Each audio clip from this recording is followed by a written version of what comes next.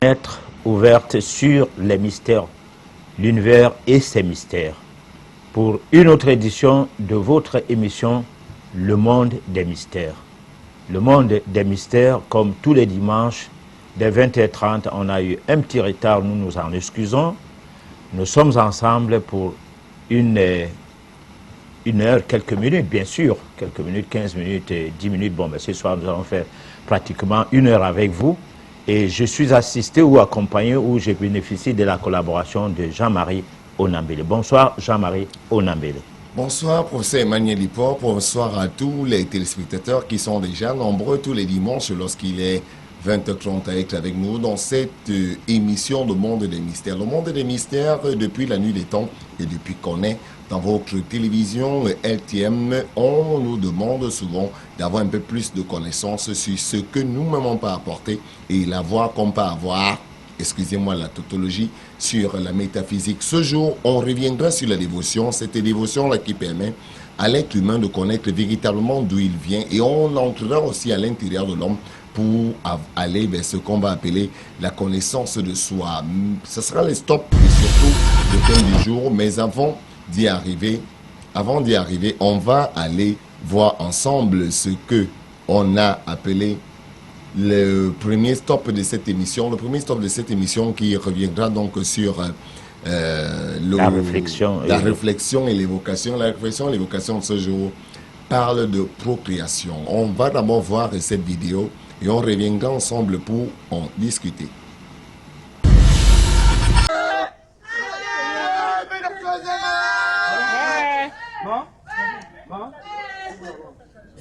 Son beau-frère qui l'a amené raconte. Je descends du taxi, je commence à fouiller les médecins, les infirmières qui sont là, toutes sortes, ils me font rien. L'accouchement se produit généralement à la fin du 9e mois de grossesse. Le plus souvent, la mère est aidée par une sage-femme ou un gynécologue obstétricien. Le fœtus baigne dans le liquide amniotique. Il est relié au placenta par le cordon ombilical. Sa position indique qu'il est prêt à naître. Sa tête est en bas, dans le bassin de sa mère. L'accouchement commence par la période de travail. Elle se caractérise par des contractions involontaires du muscle de la paroi de l'utérus, le myomètre. Au début, les contractions se produisent toutes les 10 minutes environ. Elles sont assez courtes. Puis leur fréquence et leur durée augmentent progressivement. Le fœtus est poussé du fond de l'utérus vers le col de l'utérus. Sa tête appuie sur le col. Il se produit alors ce que l'on appelle l'effacement du col de l'utérus. La tête du fœtus avance encore un peu et c'est la dilatation du col de l'utérus. Son diamètre d'ouverture est alors d'environ 10 cm. C'est généralement à ce moment que se produit la rupture de la poche des os. Le liquide amniotique s'écoule. La période de travail est terminée. Elle peut durer en moyenne 7 ou 8 heures pour un premier accouchement.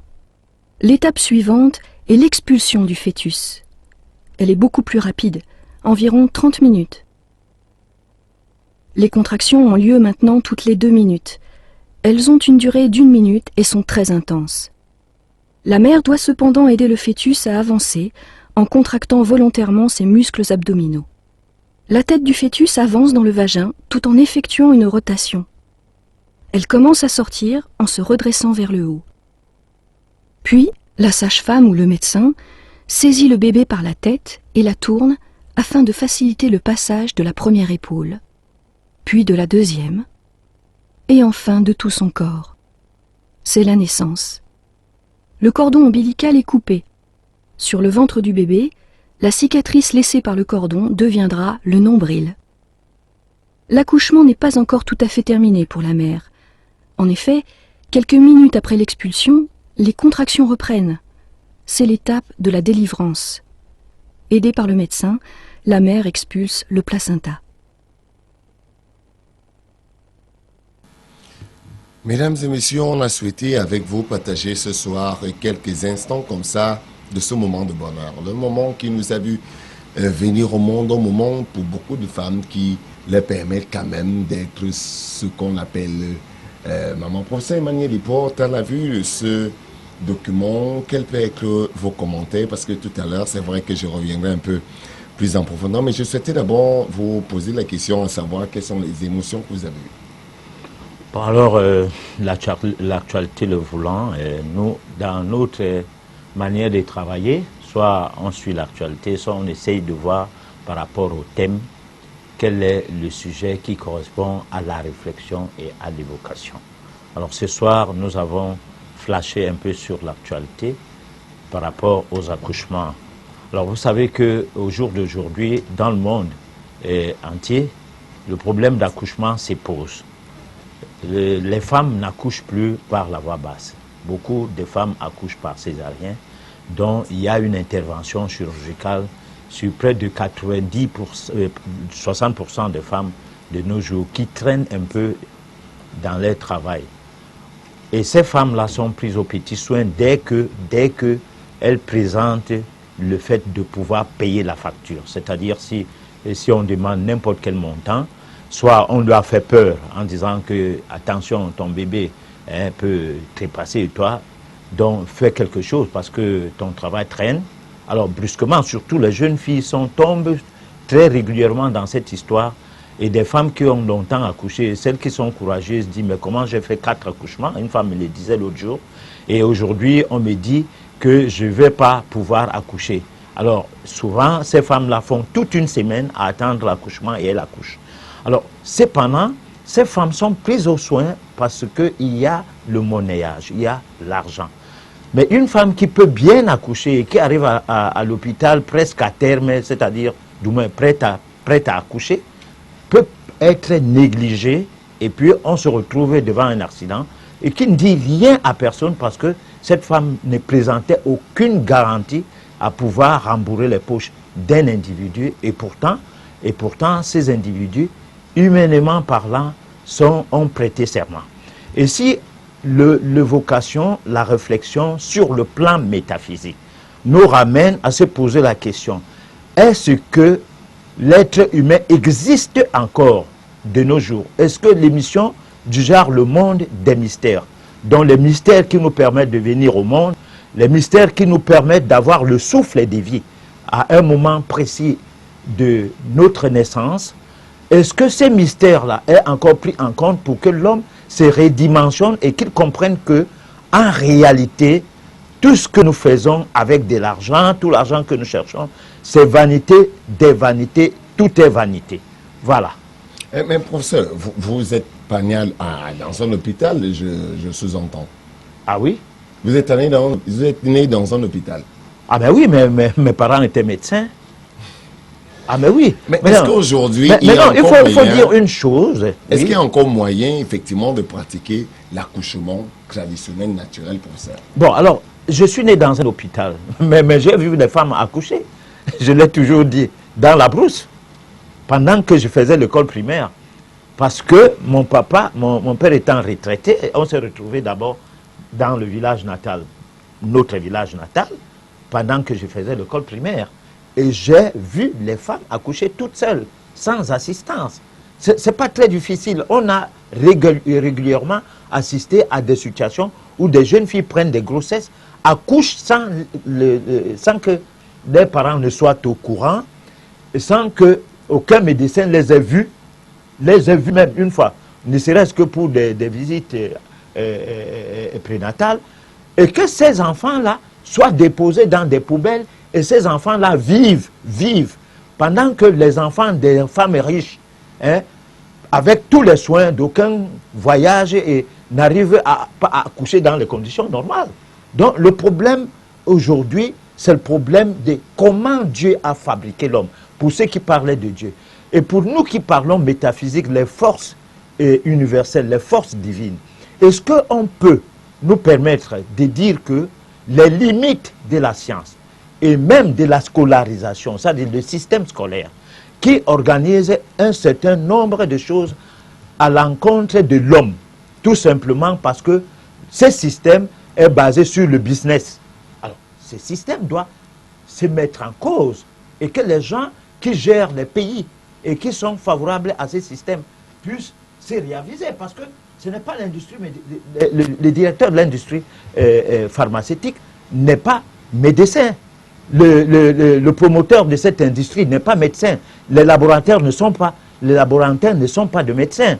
Les médecins jouent alors un rôle lequel, dans ce milieu où c'est qu'ils fabriquent tout le nécessaire pour le corps médical officiel, et ils ne font pas médecine, ils font les affaires. Voilà, c'est ce qui fait donc que l'étudiant qui passe par ce milieu, par moment, le serment d'Hippocrate devient le serment d'Hypocrite. C'est-à-dire le côté humain n'existe plus.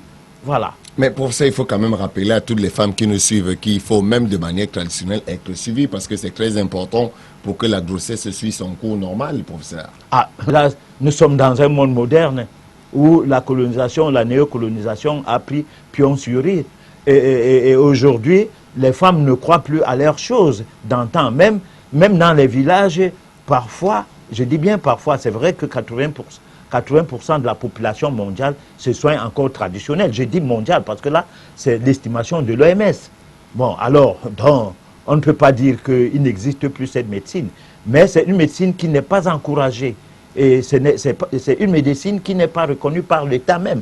Parce que les gynécologues traditionnels, les vieilles mamans qui peuvent prêter le flanc à la jeunesse, qui devraient hériter d'un savoir ancestral venant de ces mamans-là, ne sont pas prises en compte. Parce que quand on part dans un village un peu enclavé où il n'y a pas d'hôpitaux ni de dispensaires, et on constate que les gens, ils naissent toujours, qu'est-ce que le ministre vient faire? Il vient plutôt se poser la question que, mais attends, pourquoi il n'y a pas l'hôpital ici? Et il ne se pose pas la question, mais qui s'occupait quand même des femmes qui ont pu aider à ce qu'il y ait des naissances, qu'il y ait des Camerounais à cet endroit? Et les féliciter, ne serait-ce que les féliciter, on ne le fait pas. Le cas de Youpé, hein, il y a eu un cas une fois où on est allé à Youpé, on a constaté que vraiment le système sanitaire, il était presque absent. Et moi, j'ai suivi l'information, on n'avait jamais félicité les mamans qui y étaient. Alors que ces mamans on devait faire à ce qu'il y ait des accouchements traditionnels dans le cadre des hôpitaux, comme un pavillon, pour qu'à certains moments, surtout que les mamans sont maternelles, les vieilles mamans surtout, ça se passe bien. Voilà. On n'aurait pas des accidents inutiles. Mesdames et messieurs, vraiment, je pense que le professeur l'a dit clairement. Il faut aussi que vous sachiez qu'à un moment, il faut avoir un certain suivi, que ce soit de manière traditionnelle, de manière classique dans la médecine, pour que votre grossesse se passe à terme. Mais on va quand même, il faut le dire, avec les larmes aux yeux déplorer l'absence des sages-femmes dans les différentes institutions hospitalières du Cameroun. C'est vrai qu'il y a une certaine information qui nous dit que certains ont été formés, mais malheureusement, elles ne se retrouvent pas où elles devaient être. Là, ce n'est pas notre problème, c'est un questionnement politique. Nous, on voulait simplement quand même démontrer que même de manière naturelle, encore au Cameroun, il peut encore avoir des naissances, mais interpeller les jeunes femmes, il faut toujours avoir un suivi pour que votre grossesse soit à terme. Ce qui va nous mener effectivement, on a parlé d'humanisme tout à l'heure, ça va nous mener effectivement à parler de dévotion et c'est le thème du jour qui nous amène à parler de dévotion. La dévotion, qu'est-ce que c'est et qu'est-ce que ça peut apporter dans l'homme? Suivons cet élément.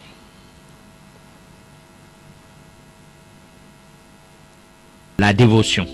La dévotion est ce deuxième point par défaut, car pour pouvoir rencontrer le maître, le disciple devient un investigateur spirituel. Il doit se mettre sur le chantier de la dévotion. Il s'agit d'une attitude de l'âme d'un vrai disciple. Il va procéder par deux importants types de dévotion. La dévotion envers la vérité et la dévotion envers la connaissance.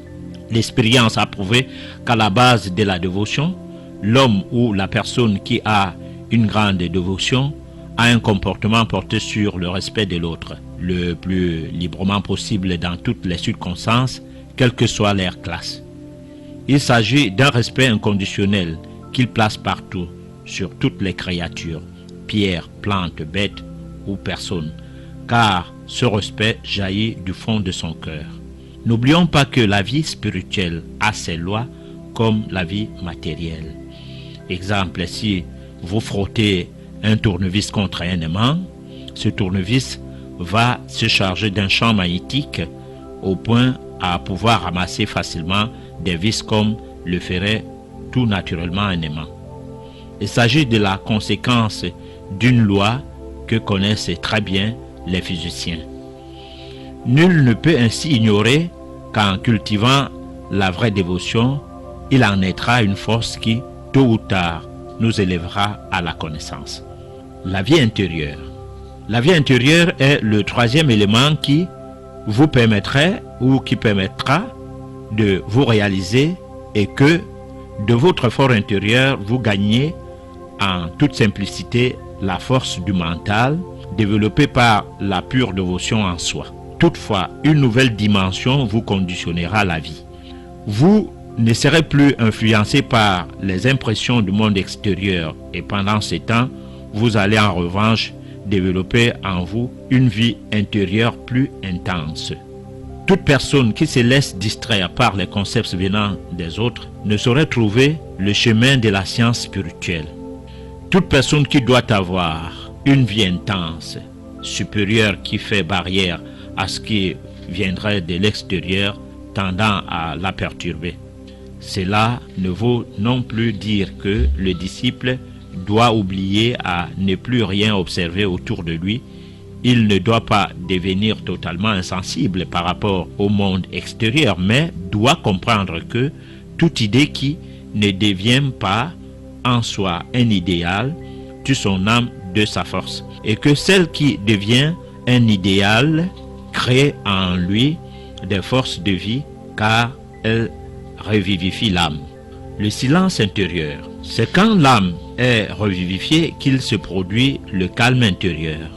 Le calme ou le silence intérieur s'obtient lorsque le disciple ne cherche pas la connaissance dans l'unique but d'accroître son savoir ou d'accumuler en lui des trésors, se détournant du chemin ou du chantier de la dévotion.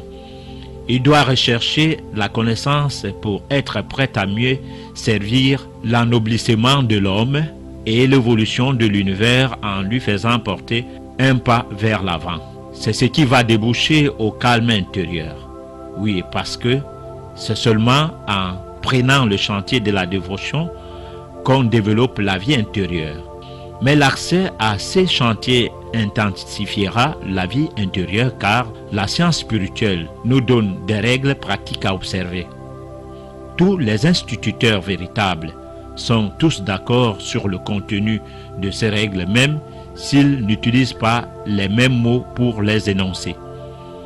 Jamais ils n'exerceraient aucune domination sur les créatures, et moins encore sur leurs semblables, et sont pénétrés par l'esprit. Le premier pas du silence intérieur est le fait de savoir apprendre à distinguer ce qui est essentiel de ce qui est illusoire, le réel de l'irréel, afin de compter le mal et le bien. En résumé, disons que la connaissance de soi n'est pas si simple. Elle implique le fait d'acquérir des connaissances relevant des mondes supérieurs par l'initiation. Mais pour pouvoir y aller, tout d'abord, il faut rentrer sur le chantier de dévotion sous plusieurs étapes. Les formalités, la dévotion elle-même, la vie intérieure et le silence intérieur. Voici ce qui vous a été réservé en cette édition. Lors de la prochaine édition, nous allons approfondir le sujet en l'élargissant sur l'initiation, ce qui vous permettra de savoir en profondeur comment se passent des choses pour une parfaite connaissance de soi. Et vous comprendrez que connais-toi toi-même est tout d'abord le premier pas qui vous fera connaître Dieu. Mesdames et messieurs, je vais bien vous avertir que c'est vrai que dans l'élément, on dit que dans la prochaine édition, on vous parlera de l'initiation, mais pour ceux qui sont à l'écoute, ou alors pour ceux qui sont en train de nous voir, rassurez-vous, on va parler d'initiation dans cette émission et ce sera le deuxième pan de notre thème du jour concernant toujours la dévotion, puisqu'on ne peut pas parler de dévotion sans parler d'initiation. Donc on s'est attelé à réunir les deux éléments pour que vous puissiez être bien à la page et surtout bien comprendre ce que c'est que la dévotion. Professeur Emmanuel Liporte, on a parlé de dévotion. Quels sont les éléments, tout d'abord les éléments centraux de la dévotion? Je souhaitais qu'on s'arrête seulement au niveau des éléments centraux. Alors, mais les éléments centraux, c'est d'abord soi-même. C'est-à-dire que au cours des éditions antérieures, nous allons parler du cœur et du cerveau. Et on a essayé de faire un lien entre le cœur et le cerveau comme pour parler du cerveau, du cœur et l'intellect. C'est-à-dire le fait que le cœur commande le cerveau, c'est-à-dire que le cœur est à la base de tout ce que nous avons comme possibilité de réfléchir, possibilité de mener des actions positives ou négatives. Et tout devrait donc être compris ainsi pour qu'on sache la place du mal et du bien. Parce que si à partir de son cœur, on ressent des remords, à partir de la tête, on ne les ressentirait pas, comme on parlait tout à l'heure. C'est pourquoi nous avons pris l'émission Réflexion et Vocation, parce que ça nous amène à comprendre que lorsqu'on cherche de l'argent, parfois on n'utilise pas le cœur, on utilise plutôt la tête. Bon, lorsqu'on utilise la tête, on dit quoi? On dit, je vais lui rendre service, il va me payer quoi? Alors que pendant que quelqu'un souffre, son cœur va faire mal. Alors, pendant que le cœur fait mal, la pitié, entre guillemets, peut entraîner qu'il y ait assistance, même sans qu'il y ait de l'argent, une motivation.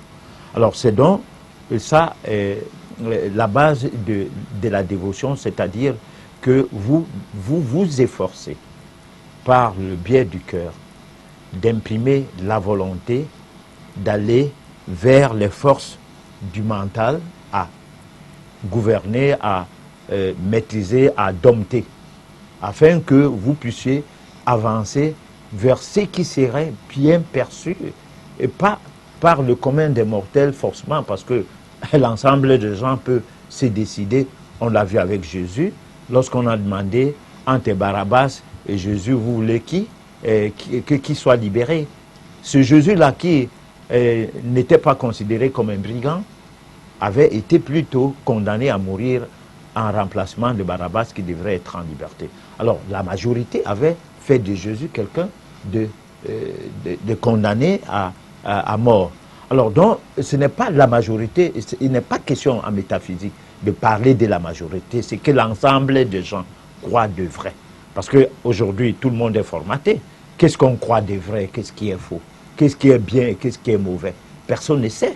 Parce qu'en fait, il n'y a pas une reprise interne des actes qu'on pose ou bien des discours qu'on reçoit de l'extérieur et à partir de nos écoles, à travers nos églises, à travers tout ce qui a été exporté en Afrique et que nous on gobe, qui fait que l'Afrique, malgré les intellectuels, malgré la grande classe d'intellectuels qui regorgeait les Africains, culturellement parlant, on a l'impression que les Africains ne se reconnaissent plus comme étant des êtres humains. Pour ça, je vais revenir quand même à la dévotion, parce que tout à l'heure, dans l'élément, pour ceux des téléspectateurs qui ont bien suivi cet élément, on a parlé de formalité, on a parlé de vie intérieure, on a parlé de calme intérieur et même de dévotion. Moi, quand on parle de formalité, à quoi on fait référence? Est-ce que la formalité aussi ne veut pas créer une sorte de communautarisme des gens qui ne vont pas accepter les autres? Alors la formalité, c'est pas exactement ça, parce que ici, il y a question d'avoir une influence sur l'extérieur. Avoir une influence sur l'extérieur, par exemple, j'ai toujours donné cet exemple, quand on dit 1 plus 1 égale 2, bon, vous le prenez comme ça parce que vous êtes en train de vouloir un diplôme, mais vous le prenez autrement aussi parce que vous ressentez au niveau de votre cœur que au-delà de 1 plus 1 serait 2, peut-être 1 plus 1 serait plus. Et là, vous faites allusion à tout ce qui existe. Pas seulement les objets, mais les êtres humains. Pas seulement les êtres humains, les animaux aussi. Pas seulement les animaux, les minéraux. Parce que lorsqu'on fait une adéquation alchimique, on peut se retrouver à partir de 2 éléments produire le feu. C'est-à-dire on frotte la pierre et puis il y a les étincelles qui tombent sur un élément. Alors, un feu. Donc ça ne va pas devenir des feux ou bien des objets. Ça va devenir un phénomène que quelqu'un va vivre. Et reconnaître qu'on a obtenu de 1 plus 1 quelque chose de précis. C'est ça la formalité pour ça. Alors c'est ça le refus de la formalité. Le problème de la formalité dans le cadre métaphysique, ça veut dire que écouter son cœur qui a un lien avec le cosmos. Et ce lien avec le cosmos vous permet d'avoir de l'imagination. Et l'imagination vous permet d'élever votre taux d'intuition. Et à partir du taux d'intuition, vous pouvez décrypter facilement que ce qui se dit est vrai ou pas. Même si vous êtes devant un voyant ou même si vous êtes devant un expert. Parce que l'expert, par exemple, si on dit par exemple un expert en informatique, mais là, ce n'est pas un expert. C'est quelqu'un qui a réuni un certain nombre d'éléments intellectuels pour pouvoir faire avancer sa carrière d'informaticien. Ce n'est pas une expertise en tant que telle parce qu'il n'a pas fabriqué un appareil. Parce que celui qui a fabriqué l'appareil, ou bien celui qui a fabriqué le système informatique, souvent on ne l'appelle pas expert. Pourquoi? Pourquoi on appelle l'expert celui qui a fait plutôt l'école de copie-coller? Parce que le type qui lui fabrique, Steve Jobs, on ne l'a jamais appelé expert, le patron de Macintosh. Mais qu'est-ce qu'il n'a pas fait? Alors parce qu'il faut encenser l'école. C'est pourquoi on appelle ces gens-là experts. Et ça m'amène effectivement à vous poser la question sur la dévotion qui est à côté de la formalité. Parce qu'on a l'impression, et on nous parle souvent que dans la dévotion, il y a soumission à l'autre, il y a un laisser-aller, et surtout il y a un formatage, ce que vous n'aimez pas souvent entendre. Oui. Est-ce que la dévotion ne nous mène pas un peu vers une sorte de soumission, une sorte de formatage? La dévotion religieuse, oui, pas métaphysique. La dévotion métaphysique, c'est s'auto-découvrir. On peut aussi avoir une dévotion sociale pour ça. Oui, bon, on peut dire dévotion comptable. Et si toutes les dévotions veulent dire quelque chose. Mais moi, je parlais d'une dévotion par rapport à l'émission.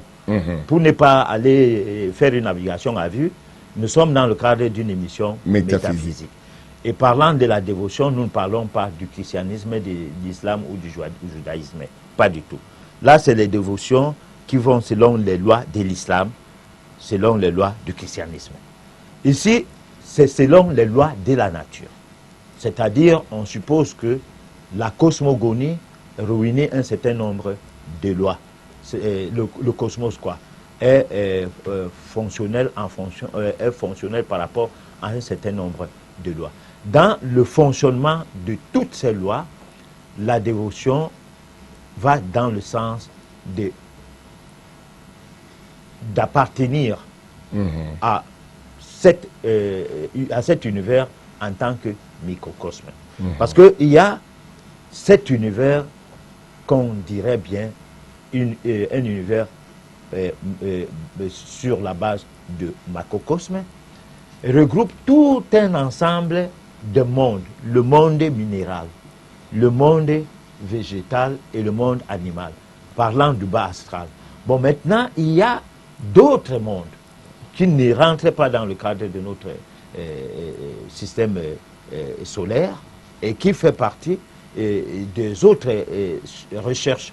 Mais même partant de notre système solaire, il y a les possibilités pour les êtres humains que nous sommes parce que nous avons maîtrisé les lois de la dévotion qui vont dans le cadre du trichement permettant de s'élever à découvrir l'irréel comme élément de base afin de ramener l'irréel au réel. Et là, nous sommes obligés de voyager.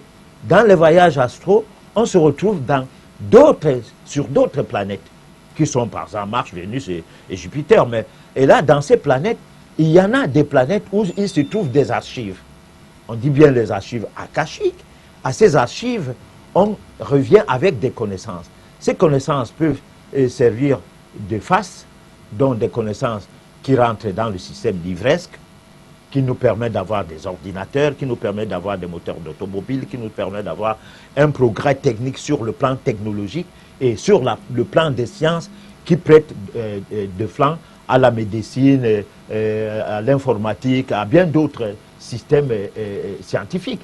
Tout part de quelque part. C'est là-bas qu'on peut prendre et tout. Surtout du cosmos, professeur. Voilà, excusez-moi de vous couper parce qu'il faut qu'on on va avancer parlant de la vie intérieure. Mais avant de parler de la vie intérieure, j'aimerais rappeler aux téléspectateurs qui peuvent participer à l'émission en nous écrivant exclusivement par SMS, s'il vous plaît. Arrêtons les appels, les coups de fil qui arrivent là. Écrivons simplement même une ou deux lignes par SMS au numéro qui s'affiche au bas du petit écran et vous pouvez participer librement. Vous pouvez envoyer même 10 SMS, 5 SMS. voire même 50. C'est vrai qu'on en reçoit souvent des mêmes numéros de téléphone assez nombreux par dimanche, mais vraiment de grâce, envoyez-nous seulement les SMS parce qu'on ne peut pas prendre vos coups de fil. Professeur, on parlait de vie intérieure. Moi, je voulais vous demander, est-ce que cette vie intérieure qu'on demande, cette concentration, est-ce que ça ne peut pas aussi aider à une sorte de rupture avec tout et quelqu'un qui se retrouve vraiment à la limite schizophrène et qui ne veut même plus voir les autres? Ah mais non, écoutez, C'est même quoi la vie intérieure pour ça en quelques mots? la dévotion permet d'avoir l'humilité. Au niveau de la vie intérieure. Et la vie intérieure, c'est une manière de dominer soi-même, parce qu'on est plutôt à la recherche de qui on est.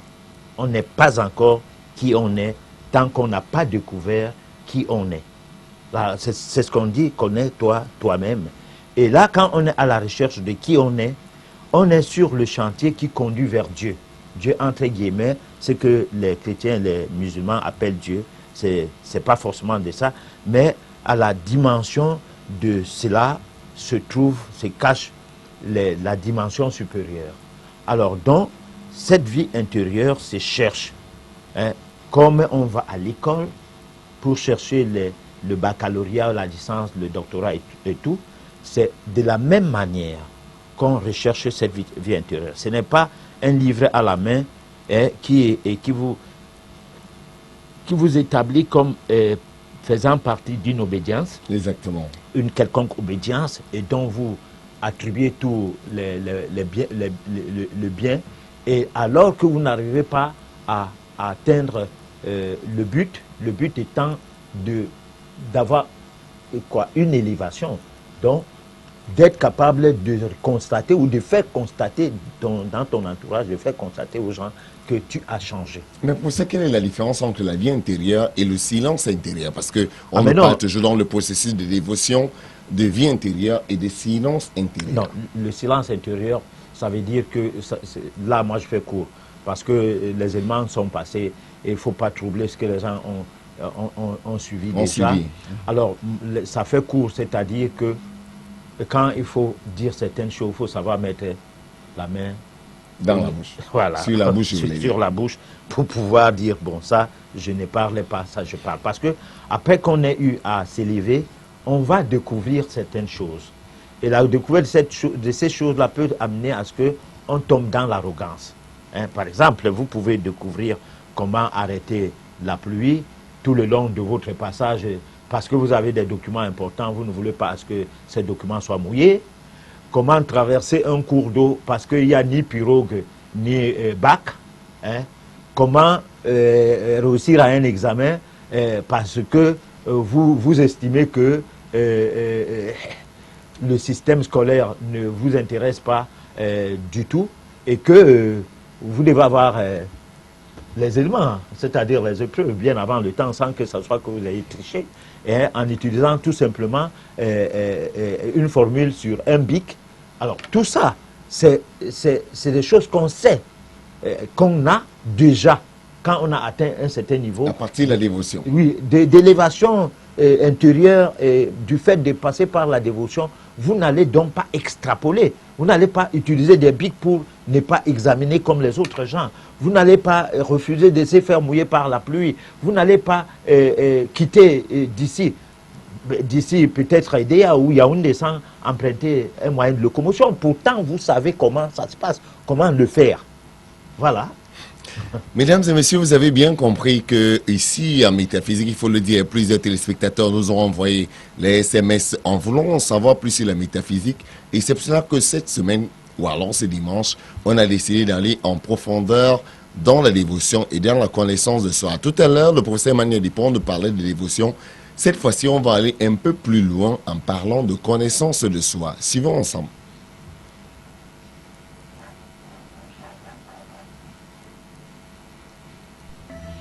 La connaissance de soi, les premiers pas. Dans la spirale du cosmos, l'homme, au stade où il se trouve, placé sur la planète Terre, est un être tourmenté par la pesanteur des vibrations électromagnétiques de tous bords.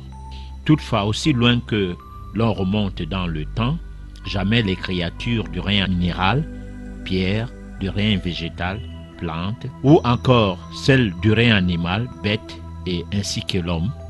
Oui, jamais aucun de ces règnes n'a eu l'occasion d'avancer vers l'infini.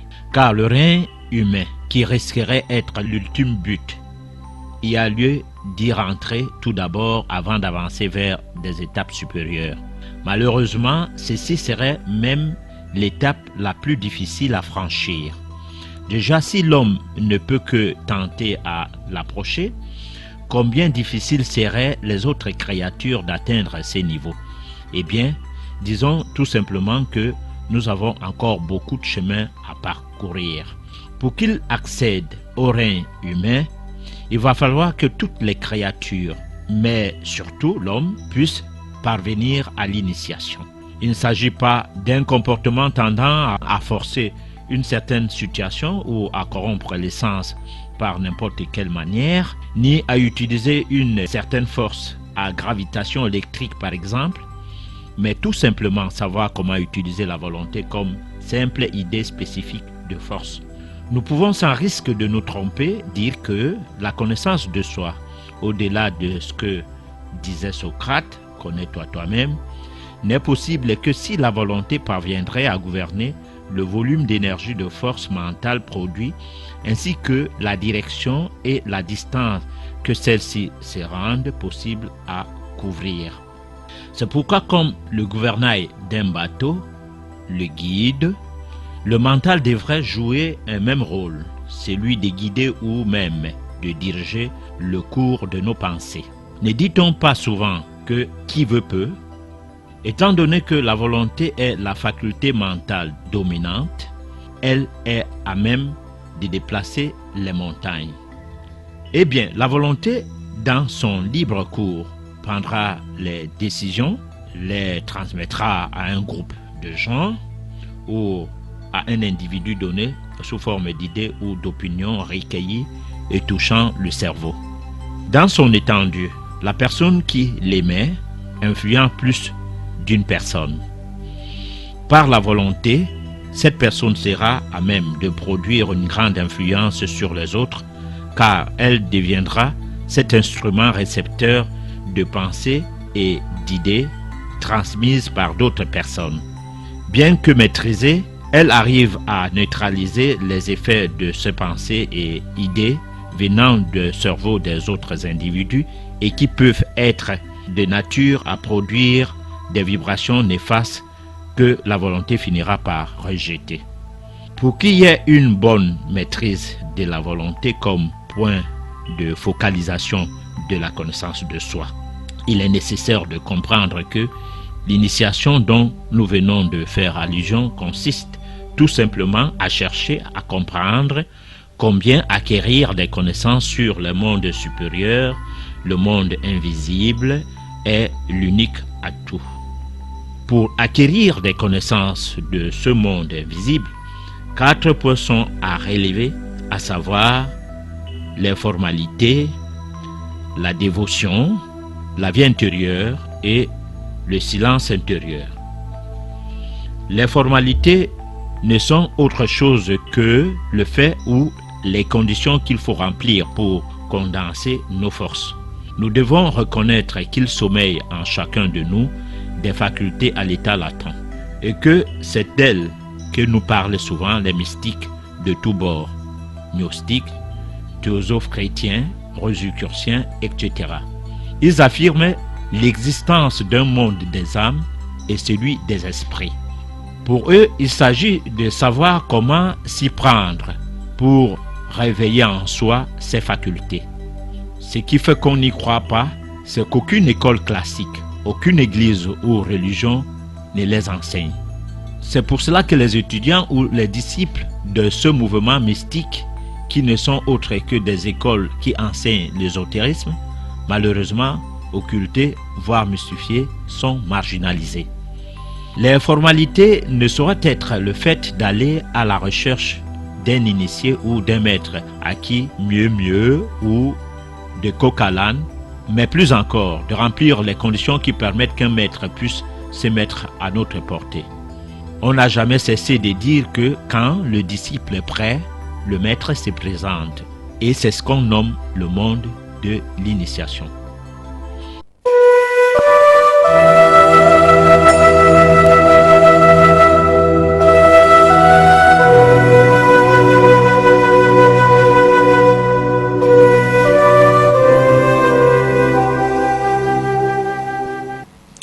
Quand le disciple est prêt, le maître se présente. Ça, c'était la chute, la finalité de cet élément qui parlait exactement de la connaissance de soi qui est aujourd'hui un des axes majeurs de la métaphysique. On a beaucoup de téléspectateurs qui nous ont posé la question comment est-ce qu'on peut faire pour s'initier à la métaphysique, et la production de votre émission Le Monde des Mystères a permis quand même à certains d'entre vous de vous donner déjà cette semaine 2 éléments essentiels qui vous permettent de vous mettre dans l'élan de la métaphysique, à savoir la dévotion et la connaissance de soi, professeur Emmanuel Liporte. Oui, alors la connaissance de soi, c'est le silence intérieur lorsque le disciple ne triche plus. C'est-à-dire quand on a atteint le niveau qu'on n'arrive plus à tricher. Parce que tricher, c'est quoi? Tricher, c'est de ne pas savoir, de ne pas vouloir comprendre que tu as 100 francs par jour, ça te va. C'est de vouloir plus. Vouloir plus sans effort. Sans effort. C'est ça, tricher. Parce que tricher aussi, c'est de vouloir voir Dieu en créant une église très rapidement et en devenant l'homme de Dieu au lendemain des décrets présidentiels. Tricher, c'est faire des études parce qu'on a eu un doctorat, donc on est déjà de Dieu. Tout ça, c'est des tricheries parce qu'en fait, lorsque nous parlons métaphysique, on ne parlait pas des autres. Soyez prêtre, soyez pasteur, soyez médecin, soyez tout ce que le monde a pu faire en sorte que les systèmes reconnaissent que voilà les gens valables. Et que voilà, ça c'est les minables cafards de la basse classe qu'on peut écraser à tout moment et tout. Mais vous, personnellement, vous êtes pareil comme tout le monde. Parce que c'est ça la connaissance de soi. C'est-à-dire, lorsque vous voyez quelqu'un devant vous, sachez que s'il est en aïon, s'il n'a que les minaïous, s'il pue, s'il sent mal parce que, ou il est même un fou, sachez qu'il n'est pas différent de vous. Peut-être même qu'il est mieux que vous. Alors, c'est ça, d'abord, la règle primaire qui permet à ce qu'on commence à franchir les caps de l'assouplissement de l'ego. Parce qu'on ne peut pas tuer son ego, mais on doit l'assouplir tout au moins. Alors, à partir de là, on est dans le genre de formalisme qui voudrait donc que vous suivez un chemin de pureté, de purification personnelle par le biais de la force de la volonté. Donc je dis... Et excusez professeur de vous couper, effectivement, parler dans l'élément de la volonté de gouverner l'énergie. Je souhaitais que vous essayiez d'expliquer aux téléspectateurs à quoi ça ressort exactement, la volonté de gouverner l'énergie, le mental qui peut expliquer un peu, parce que ce sont des aspects parfois que les téléspectateurs nous envoient dans les SMS et on n'a pas souvent la chance de leur répondre. Aujourd'hui, on a l'opportunité de leur donner... Gouverner l'énergie, gouverner la force intérieure. J'ai dit, le siège de cette force part du cœur.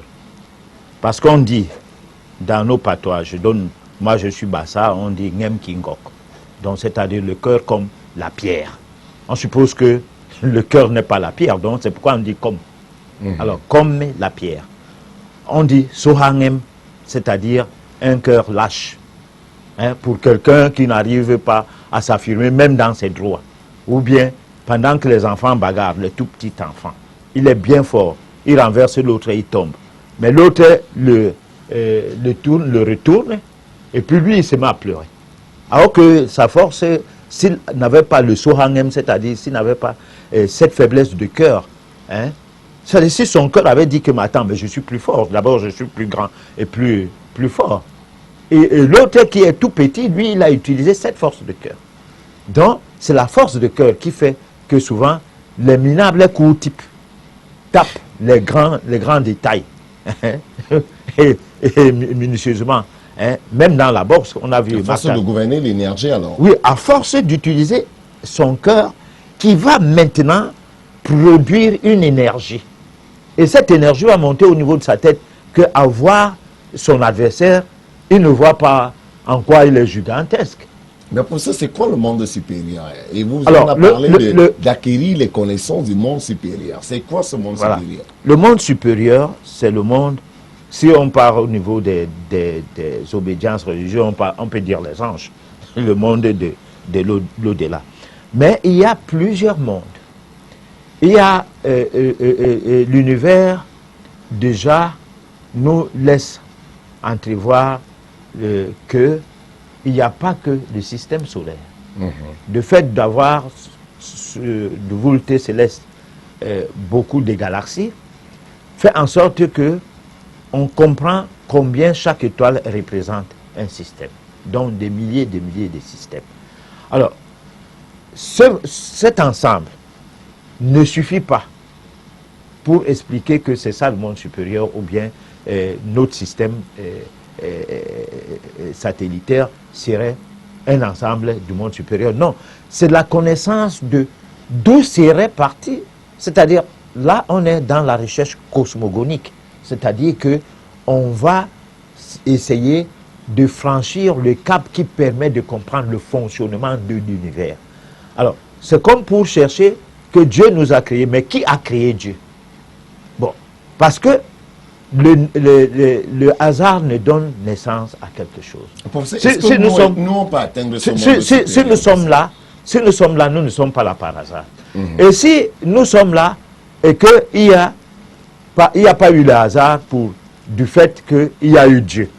Donc c'est que Dieu, lui aussi, il n'y a pas eu le hasard pour que lui-même il soit là. Alors, c'est pourquoi, pour atteindre l'étape du corps de la gloire, à ne plus revenir dans ce monde et à aller dans le monde supérieur, on part sur la base des réincarnations, c'est-à-dire des naissances successives. On naît, on meurt, on naît, on meurt, on se purifie et on retrouve alors son double, pas l'âme sœur. Ce monsieur ou cette dame qui vous rejoint aujourd'hui dans la vie, et pendant ce temps, vous aviez des copines ou alors des copains. Non. Une âme sœur intégrale de manière ultime, alors là, vous réintégrez la source. Et cette source, c'est la source où se trouve donc ce que nous, on appellerait le monde supérieur. C'est-à-dire, tu repars et là, tu ne réincarnes plus. Mais la route là paraît longue quand même. Mais beaucoup plus longue. Ça veut dire que ce n'est pas possible pour les âmes vraiment trop faibles entre mais non, mais c'est comme l'apprentissage. Ceux qui sont en section d'initiation doivent attendre un jour. Ils auront leur bac. C'est ça. Donc, on ne peut rien.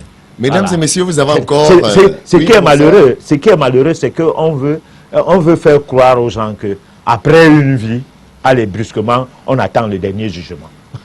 Après une vie, vous êtes né avec un nom qui vous fait faire des bêtises parce que ce n'est pas vous que vous êtes nommé. Mais on vous parlait de libre arbitre. Vous êtes né dans un pays où la corruption est rentrée jusqu'aux enfants de l'école primaire qui ont vu acheter leur CEPE. Et ils savent que tout ça s'achète. Donc, ce n'est pas la peine de mieux aller à l'école. C'est même la question que je voulais vous poser. Est-ce que ce monde supérieur-là ne serait pas par hasard le paradis que certains d'entre nous attendent quand même dans un autre monde, professeur? Voilà, mais c'est le paradis des démons pour cela. Mais le paradis, ça s'acquiert.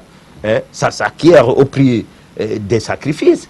Ce n'est pas une histoire de naître une fois et devenir qui, moi, je ne sais quoi, et après, allez, tu es au paradis. Non. C'est un travail de longue haleine.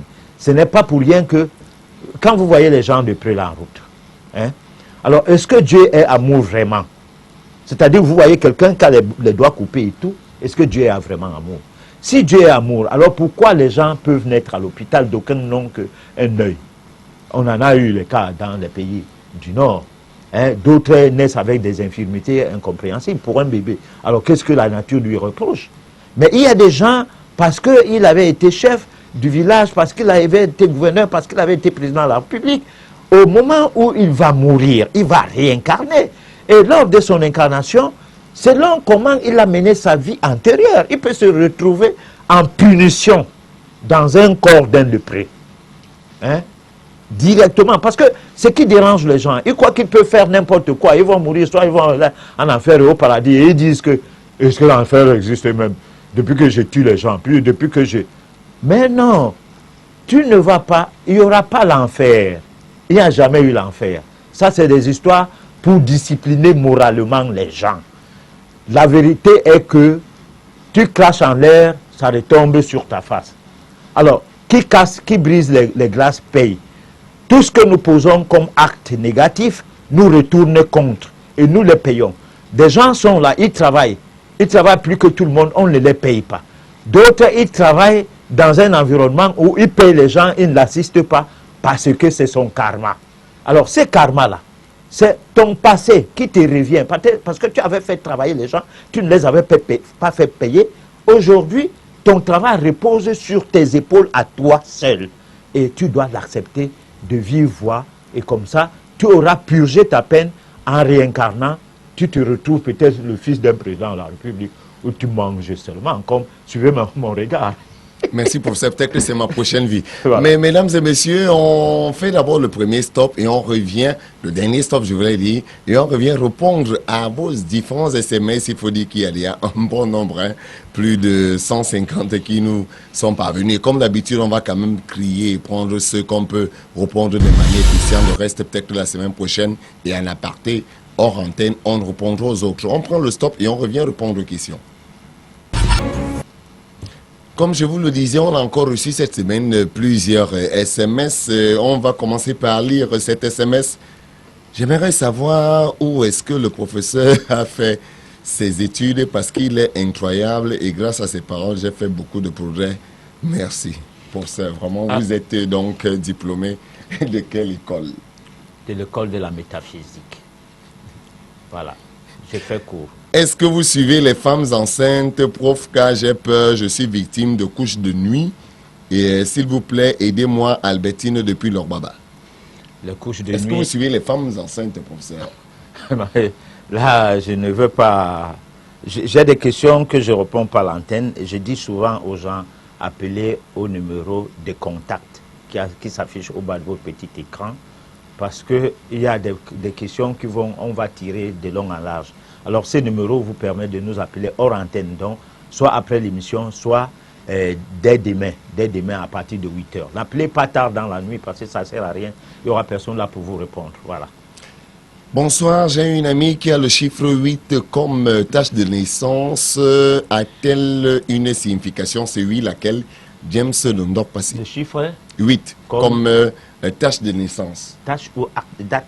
Acte de date de naissance, je je pense que c'est ce qu'il voulait dire. Alors, le chiffre 8, c'est le chiffre de la matérialité, c'est-à-dire quelqu'un qui a beaucoup plus une vie basée sur le monde matériel. Beaucoup moins par rapport à celui qui a, par exemple, le chiffre 7. Parce que celui qui a le chiffre 7, il est d'abord introverti, c'est-à-dire qu'il ne bavarde pas trop. Et dans le chiffre 7, on est un peu réservé et puis on est un peu spirituel.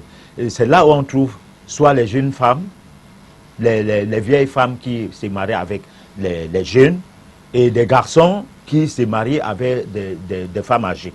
Donc, beaucoup plus dans ces chiffres parce que c'est des personnes qui se confient plutôt qu'à des gens qu'elles font confiance. Pour ça, on va faire une émission sur la numérologie. Vraiment, je pense qu'il peut aussi appeler hors antenne. On va lui donner certains éléments qui vont l'aider parce que malheureusement, on a beaucoup de SMS. On ne peut pas s'attarder sur. Mais ça, par contre, pour avoir les éléments en joignant l'équipe de production de Le Monde des Mystères juste après. Professeur, ma vie ne donne pas, les hommes importants ne viennent pas vers moi. Aidez-moi. Ça, c'est une jeune femme, professeur, qui dit que ma vie ne donne pas, les hommes importants ne viennent pas vers moi. Le contact s'affiche, on parlera de ça parce que non, il faut une voyance pour savoir si sa vie ne donne vraiment pas. Parce que, j'ai dit tout à l'heure, il faut savoir se contenter de ces 500 francs par jour que de vouloir 1000 francs. Lorsqu'on a compris qu'on a 500 par jour, que ça va. C'est en ces temps-là qu'on va attirer des vibrations positives et finalement on passera de 500 francs à 1000 francs par le biais d'un petit effort juste. Mais lorsque on critique déjà la nature de vous avoir donné que 500, alors que ça vous aurait donné 2000 comme votre frère qui n'a même pas fait l'école comme vous. Alors finalement, même les 500 là ne servent plus à rien. Vous finissez par les perdre. Voilà. Professeur, est-ce que la femme qui est morte enceinte, waouh, n'était-elle pas victime de sorcellerie? Ça, c'est l'actualité qui nous suit. Hein. C'est un téléspectateur qui demande si écoutez, la femme qui est morte enceinte était victime de sorcellerie. Écoutez, si c'était sa famille qui me posait cette question, j'allais savoir quoi dire. Mais je ne dis pas ne vous occupez pas des problèmes des autres. Non, il n'y a pas les autres. Nous sommes dans un monde. Nous sommes dans un monde où chacun de nous fait partie d'une chaîne, parce que le monde c'est une chaîne. Et chacun de nous fait partie d'une chaîne comme maillon de cette chaîne. Donc vous avez le droit de savoir ce qui se passe chez quelqu'un, surtout si c'est fait positivement. Mais je voudrais bien dire ceci. Alors, il y a deux fois les ayants droit qui ont besoin de savoir des choses. Et si vous voulez savoir si c'est seulement la sorcellerie, je dirais oui, mais ça va changer quoi? Rien. Voilà. Exactement. Elle est morte, elle est morte. Exactement. Je suis en voie de me marier, de faire ma vie conjugale avec une jeune femme et nous sommes nés le même jour et le même mois. Je voudrais savoir si c'est un bon ou un mauvais signe. Ça, c'est Daniel depuis Tchang. Alors moi, je ne peux pas, à partir du fait de m'expliquer que vous êtes né du même mois ou pas, et que je mette à vous dire des choses comme un sensationnaliste. Non. J'ai toujours dit qu'il y a une étude métaphysique d'affinité. Cette étude consiste à prendre le nom complet d'un individu, mâle, d'un autre individu, femelle, plus la date de naissance exacte des deux personnes, à cela multiplié par la première année de rencontre, nous obtenons la réponse si c'est votre femme ou pas. Au point où seul Dieu peut dire le contraire. Là, c'est une étude qu'on peut dire. Il n'y a pas des parfaits dans ce que l'homme fait, mais c'est une étude plus ou moins incontournable. Lorsqu'on veut vraiment avoir un mariage, parce que n'oublions pas une chose, celui qui se marie mal échoue sa vie, parce que c'est la vie sentimentale qui gouverne sur tout ce que nous faisons sur la terre. Voilà. Please, can I have your YouTube account? Et c'est normal, hein, ça s'affiche en bas du petit écran depuis là, notre compte YouTube, vous tapez Herman Nyediport et vous avez toutes les vidéos, vraiment, certaines vidéos de l'émission, aussi certaines vidéos spécialisées qu'on met sur notre compte YouTube. Je pense que ça sera vraiment la dernière question. Bonsoir, c'est quoi le microcosme, macrocosme au-delà? Quelle est la différence entre le monde céleste? Je pense que pour ça, vraiment, c'est tellement long qu'on ne pourra pas répondre à cette question. On verra ça. Mais je voulais quand même rassurer tous les téléspectateurs. On va prendre le plaisir de vous répondre de manière individuelle à toutes vos interrogations, tout en vous disant merci d'avoir été avec nous cet autre jour et surtout de dire aussi merci à tous ceux qui nous accompagnent tous les soirs. Je pense à Richard Bink, je pense à Wilfried Nyediport, je pense à Emad Cédric Nyediport, je pense à Alvin aussi qui est avec nous, sans oublier Annick, et surtout la très dévouée Daline Lisette qui est avec nous tous les jours dans ce studio. Mesdames et messieurs, je vais vraiment vous dire merci une fois de plus d'avoir été avec nous encore ce dimanche. On vous donne rendez-vous dimanche, mais comme tous les dimanches, le dernier mot revient au professeur Herman Nyediport. Alors, nous avons promis vous parler de crime rituel, mais nous ne l'avons pas fait, pour les bonnes raisons que nous n'allons pas parler de ça comme le commun des mortels en parle. Donc, il faut une bonne préparation. La marmite est au feu. Dès que la nourriture sera prête, nous allons vous inviter à table. Sur ce, nous vous disons au revoir à dimanche prochain et tout en restant LTM pour la rediffusion le jeudi. Au revoir.